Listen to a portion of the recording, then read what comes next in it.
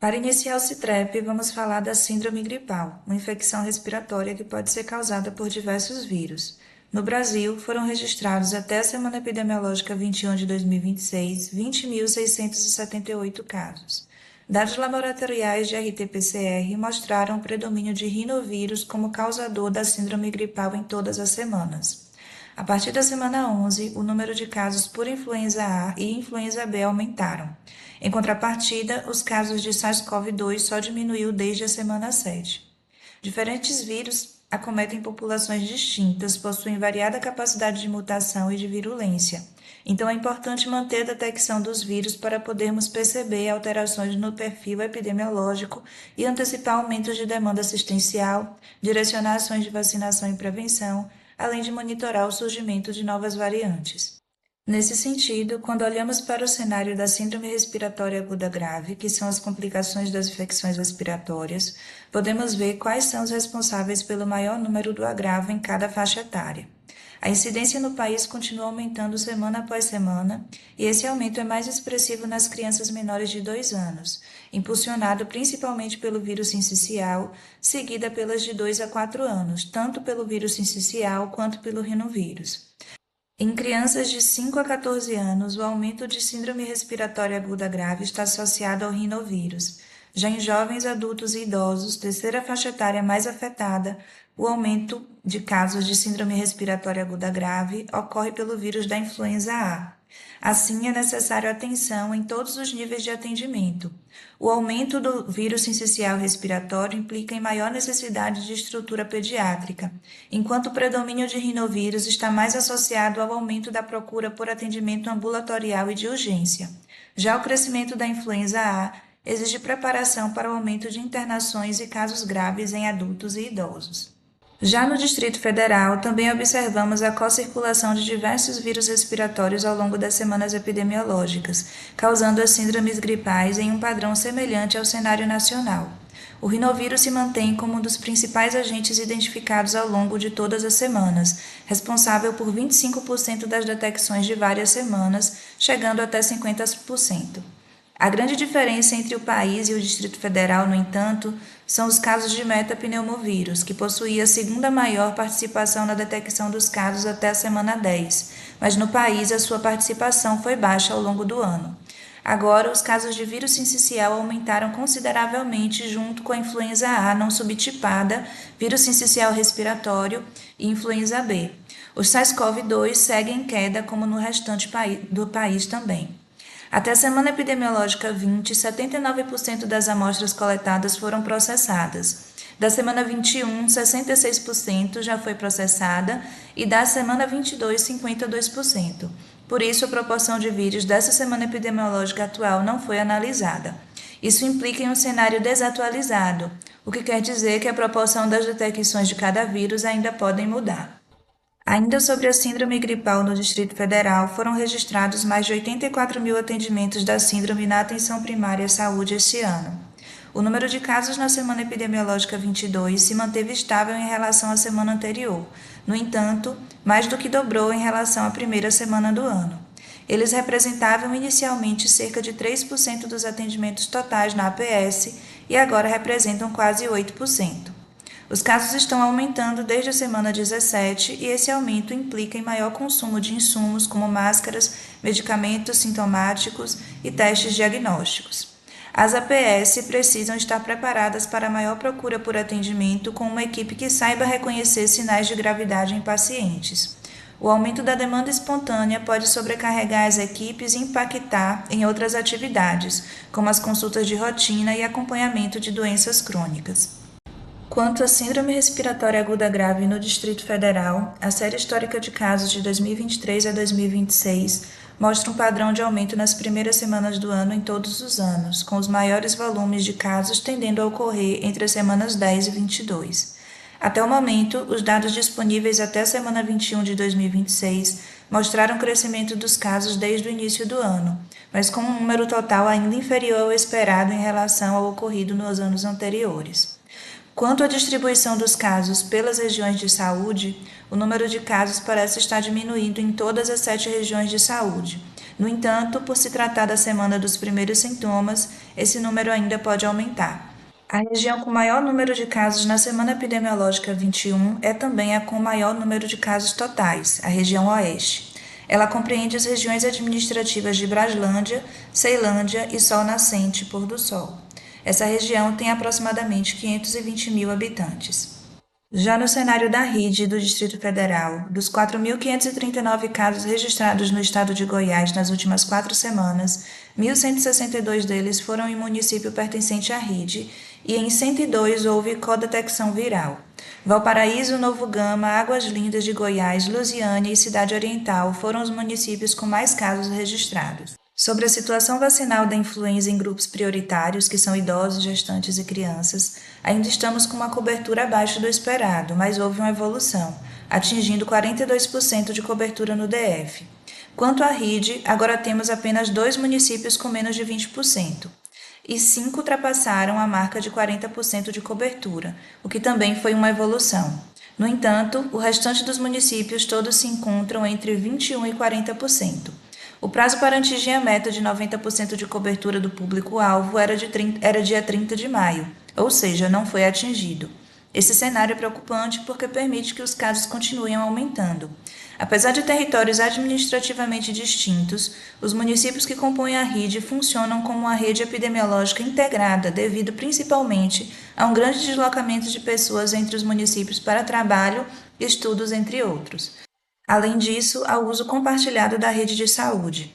O DF muitas vezes funciona como um polo assistencial, onde casos de outros territórios podem ser diagnosticados ou internados no DF, misturando a vigilância, a demanda por leitos e os desfechos. Ou seja, é imprescindível que o DF atue de forma integrada com os municípios da rede para antecipar cenários e mitigar seus impactos na rede de saúde.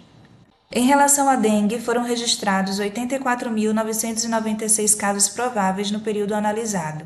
Entre as unidades federativas destacadas, o Tocantins apresentou o maior coeficiente de incidência, com 283,8 casos por 100 mil habitantes, seguido por Goiás, com 208,2 casos por 100 mil habitantes. Embora Goiás não apresente o maior coeficiente entre os estados analisados, destaca-se pelo elevado número absoluto de casos prováveis, totalizando 15.458 registros, o que demonstra a importante circulação da doença no estado. Em comparação, Espírito Santo e Piauí apresentaram coeficientes de incidência inferiores de 106,1 e 79 casos por 100 mil habitantes, respectivamente. Esses resultados indicam que a dengue continua representando um importante desafio para a saúde pública, especialmente em estados com elevados coeficientes de incidência. No período analisado, Goiás apresentou o maior coeficiente de incidência de casos graves e com sinais de alarme entre as unidades federativas avaliadas, registrando 3,1 casos por 100 mil habitantes e um total de 229 ocorrências. Esse resultado indica maior impacto da dengue em sua forma mais severa, quando comparado aos demais estados analisados. O Espírito Santo apresentou o segundo maior coeficiente de incidência, com 2,2 casos por 100 mil habitantes e 90 registros, enquanto a Bahia registrou coeficiente de 0,61 e 83 casos. Já São Paulo, apesar de contabilizar 127 casos graves e com sinais de alarme, apresentou o menor coeficiente de incidência entre os estados avaliados, com 0,28 casos por 100 mil habitantes, reflexo de sua população mais numerosa. Esses resultados evidenciam a importância do monitoramento dos casos graves e com sinais de alarme, uma vez que representam situações de maior risco para a evolução desfavorável da doença. No período analisado, foram registrados óbitos por dengue em 5 unidades federativas, com destaque para o Piauí e Pernambuco, que apresentaram os maiores indicadores de letalidade entre os estados avaliados. Pernambuco registrou letalidade de 3,8% entre os casos graves, enquanto Piauí apresentou letalidade de 9,43%, evidenciando maior risco de evolução para desfechos fatais entre os casos mais graves da doença. São Paulo registrou 5 óbitos, mesmo número observado no Piauí, porém apresentou letalidade inferior entre os casos graves, de 3,9%.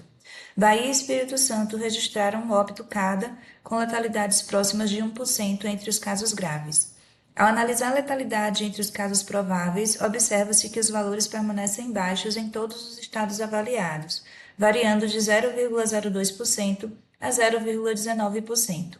No entanto, a ocorrência de óbitos e os elevados percentuais de letalidade em alguns estados reforçam a importância da detecção precoce dos sinais de gravidade, do acesso oportuno aos serviços de saúde e do manejo clínico adequado dos pacientes com dengue, especialmente entre aqueles com maior risco de complicações. Abordando a situação epidemiológica da dengue no Distrito Federal até a semana epidemiológica 21 de 2016, foram registrados 3.287 casos prováveis da doença, correspondendo a um coeficiente de incidência de 102,59 casos por 100 mil habitantes. No mesmo período, foram confirmados 144 casos. A análise por região de saúde demonstra importante heterogeneidade na distribuição da doença. A maior incidência foi observada na região leste, com 152 casos por 100 mil habitantes, seguida pela região oeste, com 129,5 casos por 100 mil habitantes. As regiões norte, sul e sudoeste também apresentaram coeficientes superiores à incidência observada para o Distrito Federal, indicando maior intensidade de transmissão nesses territórios. Em relação ao número absoluto de casos, a região sudoeste concentrou o maior quantitativo de registros, com 922 casos prováveis, seguida pela região oeste, com 681 casos, e pela região leste, com 563 casos. Esses resultados demonstram que a carga da doença permanece concentrada em algumas regiões específicas do Distrito Federal. Por outro lado, as menores incidências foram observadas nas regiões Central e Centro-Sul, com 17,2 e 40,2 casos por 100 mil habitantes, respectivamente. Esse cenário evidencia a necessidade de fortalecer as ações de vigilância epidemiológica e controle vetorial, especialmente nas regiões que apresentam maior risco de adoecimento e maior volume de casos, contribuindo para a redução da transmissão e prevenção de formas graves da doença. Em relação à situação da chikungunya no Brasil, foram registrados 10.041 casos prováveis no período analisado. Entre as unidades federativas destacadas, Mato Grosso do Sul apresentou o maior coeficiente de incidência, com 103,9 casos por 100 mil habitantes, além de 3.037 casos prováveis, demonstrando o cenário de maior intensidade de transmissão em comparação aos demais estados avaliados. Goiás apresentou o segundo maior coeficiente de incidência, com 10,8 casos por 100 mil habitantes e 800 casos prováveis. Em seguida, aparecem Bahia, Minas Gerais e Pernambuco, com coeficientes variando entre 7,2 e 8,9 casos por 100 mil habitantes. Em números absolutos, Minas Gerais registrou 1.820 casos prováveis e a Bahia 1.313 casos, evidenciando importante circulação da doença nesses estados. Observa-se ainda uma diferença expressiva entre Mato Grosso do Sul e os demais estados analisados, tanto em relação ao coeficiente de incidência quanto ao número de casos registrados. Abordando a situação epidemiológica da chikungunya no Distrito Federal, até a semana epidemiológica 21 de 2026, foram registrados 158 prováveis casos da doença, correspondendo a um coeficiente de incidência de 4,93 casos por 100 mil habitantes. No mesmo período, foram confirmados 106 casos. A distribuição dos casos entre as regiões de saúde demonstra que a transmissão da doença ocorre de forma heterogênea no território. A região sul concentrou o maior número de casos prováveis, com 38 registros, seguida pelas regiões central e sudoeste, com 30 e 26 casos, respectivamente. Juntas, essas três regiões respondem por parcela importante dos casos registrados no Distrito Federal. Por outro lado, as menores ocorrências foram observadas nas regiões leste e norte, que registraram 4 e 8 casos prováveis, respectivamente. As regiões oeste e centro-sul apresentaram situação intermediária, com 22 e 19 casos. Embora o coeficiente de incidência observado para o Distrito Federal permaneça relativamente baixo quando comparado a áreas com transmissão mais intensa da doença, a confirmação de mais uma centena de casos demonstra a circulação ativa do vírus no território. Falando agora sobre a situação da chikungunya na rede do Distrito Federal, observou-se aumento no número de confirmações em relação à análise anterior. O principal destaque foi o município do Novo Gama, que passou de 37 para 45 casos, registrando um acréscimo de 8 ocorrências, o que representa um aumento de 21,6% no período analisado. Também foram observados aumentos em Santo Antônio do Descoberto, que passou de 10 para 11 casos. Em Goianésia, de 8 para 9 casos, e em Valparaíso de Goiás, de 7 para 8 casos. Além disso, Formosa e Águas Lindas de Goiás registraram um novo caso cada, passando de 1 para 2 casos confirmados. Embora alguns municípios tenham apresentado crescimento discreto em números absolutos, o surgimento de novas confirmações demonstra que a transmissão da doença permanece ativa na região. Novo Gama continua concentrando o maior número de casos e foi responsável pela maior parte do aumento observado deste período. Observa-se uma concentração de casos de chikungunya entre as semanas 10 e 21, período em que ocorreram sucessivas confirmações e aumentos de notificações suspeitas. Destaca-se um pico importante na semana 9, seguido pela manutenção da transmissão em níveis moderados nas semanas posteriores, indicando circulação contínua do vírus no município. Nas semanas mais recentes, além do aumento de casos confirmados, observa-se também um volume elevado de casos suspeitos, o que sugere a possibilidade de novos casos serem incorporados através de investigação e encerramento oportuno das notificações. Esse cenário reforça a importância da manutenção das ações de vigilância epidemiológica, investigação oportuna dos casos suspeitos e fortalecimento das medidas de controle de vetores do Aedes aegypti, principal vetor da chikungunya. Nenhuma região do Brasil atingiu a meta de 95% recomendada pelo PNI. As regiões Sul, com 83,7%, e Centro-Oeste, com 82,4%, estão mais próximas da meta, enquanto o Norte, com 70,7%, apresenta pior cobertura. Entre os estados destacados, o Pará preocupa com apenas 63% e São Paulo aparece com 73%, abaixo de Minas Gerais, com 88%. Na região integrada de desenvolvimento do DF, em torno, Buriti, 126,8%, e Unai, com 98,2%, superam a meta de 95%. Arinos está próxima com 94,2%. O Distrito Federal, com 86%, e a RID, com 82%, ainda ficam abaixo da meta, indicando lacunas de cobertura na região central do país. A Carolina do Sul concentra 33% de todos os casos americanos, seguida de Utah com 24%, Texas com 9% e Flórida com 7%. Juntos, esses 4 estados respondem por 73% dos casos nacionais, evidenciando a concentração geográfica do surto.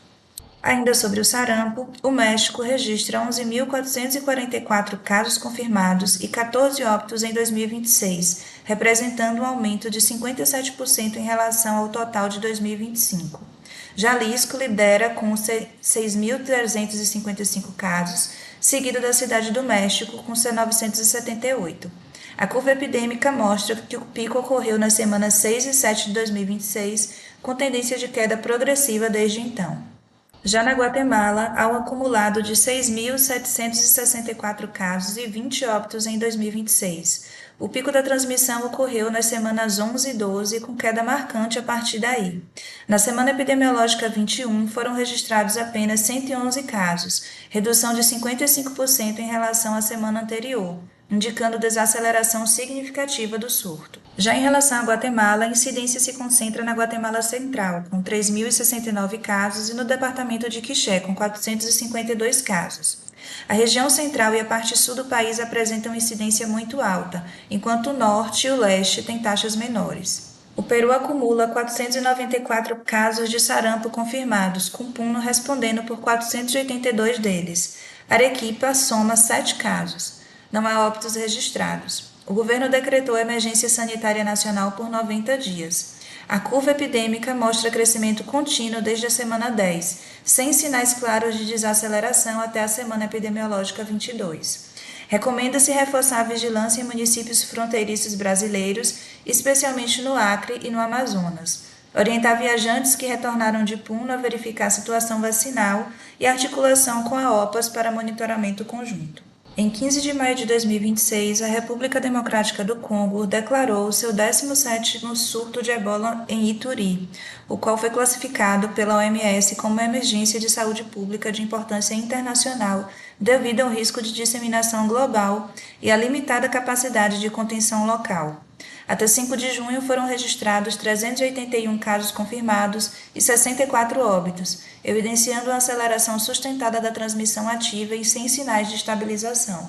Esse cenário de crescimento é exponencial e é agravado por gargalos estruturais no sistema de saúde local, como dificuldades no acesso a diagnósticos laboratoriais, instabilidade na segurança, o que gera discrepâncias nas notificações e aponta para uma provável subestimação da real gravidade do surto. A resposta ao surto do ebola-vírus na República Democrática do Congo e em áreas transfronteiriças com a Uganda ilustra a dinâmica clássica de controle de emergências de saúde pública. Inicialmente, a vigilância adotou uma estratégia de alta sensibilidade para a detecção precoce de casos suspeitos, priorizando não deixar nenhum caso verdadeiro de fora. Após a confirmação laboratorial da etiologia e com a expansão geográfica do vírus, as ações foram intensificadas com o monitoramento de viajantes e o reforço em pontos de entrada.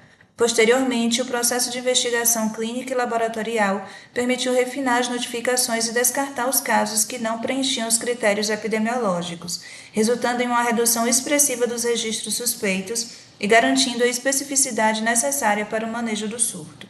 Esse surto ocorreu em um contexto de crise humanitária, marcado por conflitos armados, deslocamentos e infraestrutura precária, o que prejudicou o rastreamento de contatos e a contenção da doença pelas equipes de saúde. A resposta exigiu uma ampla mobilização nacional e internacional, coordenada pela OMS, enfrentando impactos socioeconômicos regionais e restrições de fronteiras por outros países. Por fim, a reclassificação laboratorial dos casos permitiu dimensionar com precisão a magnitude do evento, que, apesar do risco reduzido de disseminação global, sustentada graças à intensificação da vigilância, reforçou a necessidade de sistemas de saúde resilientes e preparados para atuar em cenários de alta complexidade. O relatório da Organização Mundial de Meteorologia traz um panorama sobre diversas regiões do mundo que estão em condições climáticas de risco em virtude do El Niño, entre eles Europa, África e América do Sul. A Europa já vem enfrentando situações de calor extremo, oferecendo riscos de mortalidade e agravos de doenças cardiovasculares devido ao calor, afetando sobretudo idosos, sem-tetos e doentes crônicos. Já na África, a situação da seca ocasiona insegurança alimentar, malária, cólera e desnutrição aguda. Os principais afetados são populações deslocadas em virtude de situações de calamidade e insegurança e crianças menores de 5 anos. Já na América do Sul, a situação climática perpassa por extremos onde os países alocados no norte há maior onda de calor e no sul geadas e temporais. Os riscos são diversos: queimadas, seca hídrica, malária amazônica, arboviroses, pneumonias, hipotermia, risco cardiovascular, leptospirose, além de afetar populações indígenas, ribeirinhas, periferias urbanas, idosos, sem-tetos e trabalhadores rurais. O Instituto Nacional de Meteorologia emitiu alerta amarelo para quedas de temperatura entre os dias 4 e 6 de junho. Os estados de Santa Catarina, Paraná, São Paulo, Rio de Janeiro, Minas Gerais, Espírito Santo, Bahia, Piauí, Tocantins, Goiás, Mato Grosso e o Distrito Federal experimentam uma queda de 3 a 5 graus nas temperaturas. O Instituto também emite alerta de chuva intensa para os estados de Pernambuco, Alagoas e Paraíba. O alerta do Instituto informa que representa um risco leve à saúde para aproximadamente 2.600 municípios, podendo gerar impactos como rinite, sinusites, faringites e bronquites quando a umidade for inferior ou igual a 30%.